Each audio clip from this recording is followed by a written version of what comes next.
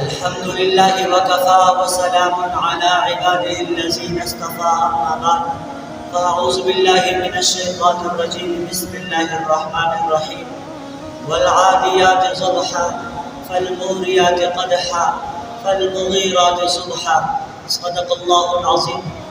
میرے دوستو، ان آیات مبارکہ میں اللہ تبارک و تعالیٰ نے ایک ایسی روحانی بیماری بیان فرمائی ہے جو ہر انسان کو لگی ہوئی ہے، اور اس آیات مبارکہ میں اللہ تبارک و تعالیٰ نے اس بیماری کا علاج بھی بیان فرمایا ہے اور اس کا سبب بھی بیان فرمایا ہے کہ یہ بیماری انسان کو کیوں لگتی ہے۔ لیکن ان تینوں باتوں کو جاننے سے پہلے دو باتیں جاننا ضروری ہے۔ پہلی بات یہ کہ انسان دو چیزوں کا مجموعہ ہے، پہلا بدن، دوسرا روح۔ خالی بدن کو بھی انسان نہیں کہا جا سکتا، اور اسی طرح صرف روح کو بھی انسان نہیں کہا جاتا۔ جب یہ دو چیزیں ملتی ہے تو اس کو انسان کہا جاتا ہے۔ میرے دوستو، اسی طرح انسان کے جسمانی بیماریاں ہوتی ہیں اور اسی طرح انسان کے روحانیہ بیماری ہوتی ہے۔ تو جس طرح انسان اپنے روحانی جسمانی بیماروں کا علاج کرتا ہے، لیکن اسی طرح اپنے روحانی بیماریوں کا علاج کبھی نہیں کرتا۔ میرے دوستو، جسمانی بیماری مثلا نزلہ، زکام، بخار، لیکن روحانی بیماری اکثر ہم دوستوں کو پتہ ہی نہیں کہ روحانی بیماری ہوتی کیا ہے۔ میرے دوستو، روحانی بیماری یہ ہے ناشکرا پن، حسد، بغض، دل میں کینہ رکھنا۔ یہ انسان کے روحانی بیماریاں ہیں۔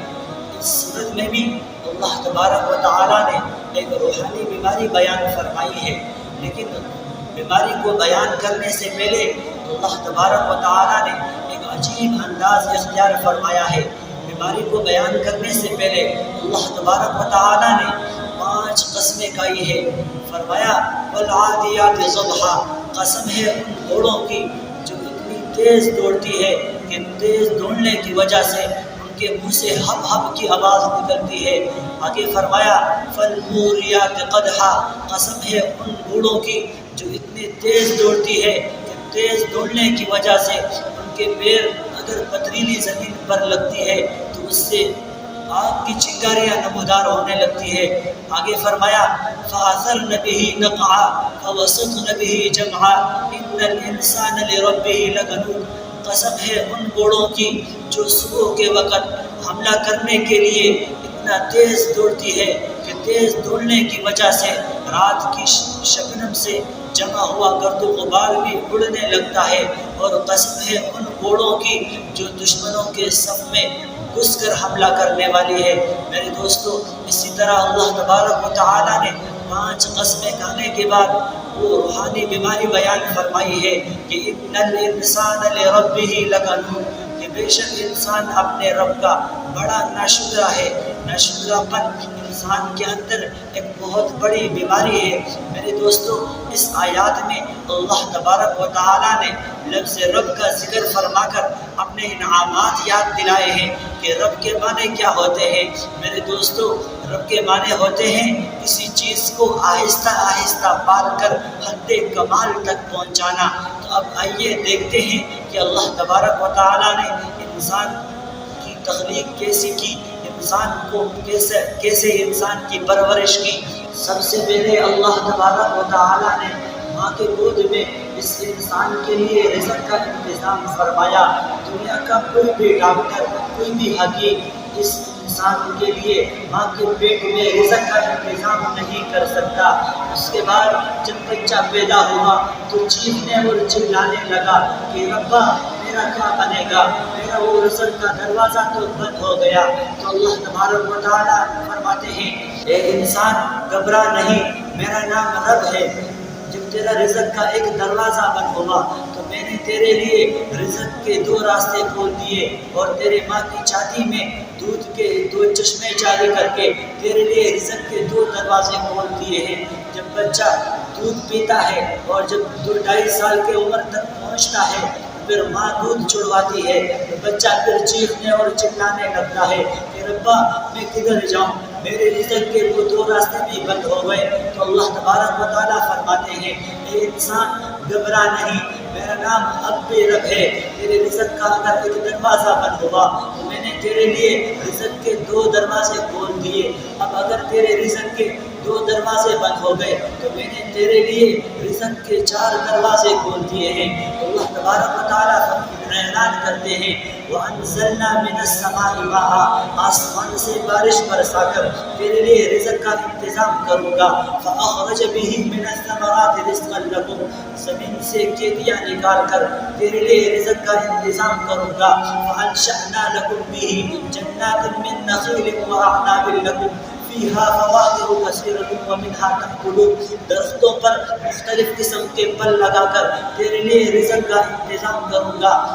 اور آگے فرمایا وَإِنَّ لَكُمْ فِي الْأَنْعَامِ لَعِبْرَةً نُسْقِيكُم مِّمَّا فِي بُطُونِهِ مِن بَيْنِ فَرَثٍ وَدَمٍ لَبَنًا خَالِصًا سَائِغًا لِّلشَّارِبِينَ، اور جانوروں کے پیٹ میں تیرے لیے خالص دودھ نکال کر تیرے رزق کا انتظام کروں گا۔ اللہ فرماتے ہیں جانوروں کے پیٹ میں ایک ایسا کارخانہ اور فیکٹری لگا دوں گا کہ آپ اپنا بیکار چلکا اس کے سامنے رکھیں گے اور وہ جانور اس بیکار چلکے کو کھائے گی، اور اس سے آپ کے لیے میں خالص دودھ نکالوں گا، من بین فرث ودم لبنا خالصا سائغا للشاربین۔ میرے دوستو، جانوروں کے پیٹ میں 2 نالیاں ہیں، ایک گوبر کی نالی ہے اور دوسرا خون کی نالی ہے۔ ان 2 گندی نالیوں کے بیچ سے اللہ تبارک و تعالیٰ خالص اور شفاف دودھ نکالتے ہیں۔ میرے دوستو، اس کے بعد اللہ تبارک و تعالیٰ انسان کو ان 4 راستوں کے ذریعے سے رزق کھلاتے رہتے ہیں، اور اس کے بعد جب انسان کی عمر کا پیمانہ لبریز ہو جاتا ہے اور انسان کو موت آتا ہے تو اس کے بعد اللہ تبارک و تعالیٰ فرماتے ہیں اے میرے بندے، تو نے دنیا میں اگر میرا رزق کھا کر میرے حکموں کو مانا ہے تو تم اب بھی گھبرا نہیں، میرا نام اب بھی رب ہے، تو میں نے اب تیرے لیے جنت کے 8 دروازے کھول دیے ہیں۔ میرے دوستو، اس کے بعد اللہ تبارک و تعالیٰ فرماتے ہیں اے میرے بندے، اگر تم نے دنیا میں میرا رزق کھا کر میرے حکموں کو نہیں مانا تو تیرے لیے پھر جہنم ہے، تیرا جہنم ٹھکانا ہے۔ میرے دوستو، یہ بیماری انسان کو کیوں لگتی ہے؟ ہم نے شروع میں بتایا کہ انسان کو ناشکرا پن کی بیماری لگی ہے۔ یہ بیماری انسان کو کیوں لگتی ہے؟ اللہ تبارک و تعالیٰ نے خود بیان فرمایا وَإِنَّهُ لِحُبِّ الْخَيْرِ لَشَدِيدٌ، کہ انسان مال سے بہت ہی زیادہ محبت رکھتا ہے، اس لیے تو اللہ کے نبی نے فرمایا حُبُّ الدُّنْيَا كُلُّ خَطِيئَةٍ، کہ دنیا کی محبت تمام گناہوں کی جڑ ہے۔ میرے دوستو، ہم یہ نہیں کہتے کہ دنیا کو چھوڑ دیا جائے، نہیں، مولانا رومی رحمۃ اللہ علیہ فرماتے ہیں کہ انسان دنیا میں رہ کر دنیا کمانے کے بغیر نہیں جی سکتا، لیکن اس کی ایک عجیب مثال بیان فرماتے ہیں کہ جس طرح کشتی سمندر پر چلتی ہے لیکن کشتی سمندر کے بغیر نہیں چل سکتی، اسی طرح اگر وہ کشتی کا پانی سمندر کا پانی سارا کشتی میں آ جائے تو یہ کشتی ڈوب جائے گی۔ اسی طرح انسان اگر دنیا میں رہ کر دنیا سے اتنی محبت کرنے لگے کہ دنیا کا ہو جائے تو یہ انسان ڈوب جاتا ہے۔ میرے دوستو، اس لیے ہمیں دنیا میں رہ کر اس طرح زندگی گزارنی چاہیے کہ ہم دنیا میں رہتے ہوئے بھی اپنے رب کو نہ بھولیں۔ اللہ تبارک و تعالیٰ ہمیں ان باتوں پر عمل کرنے کی توفیق عطا فرمائے، آمین۔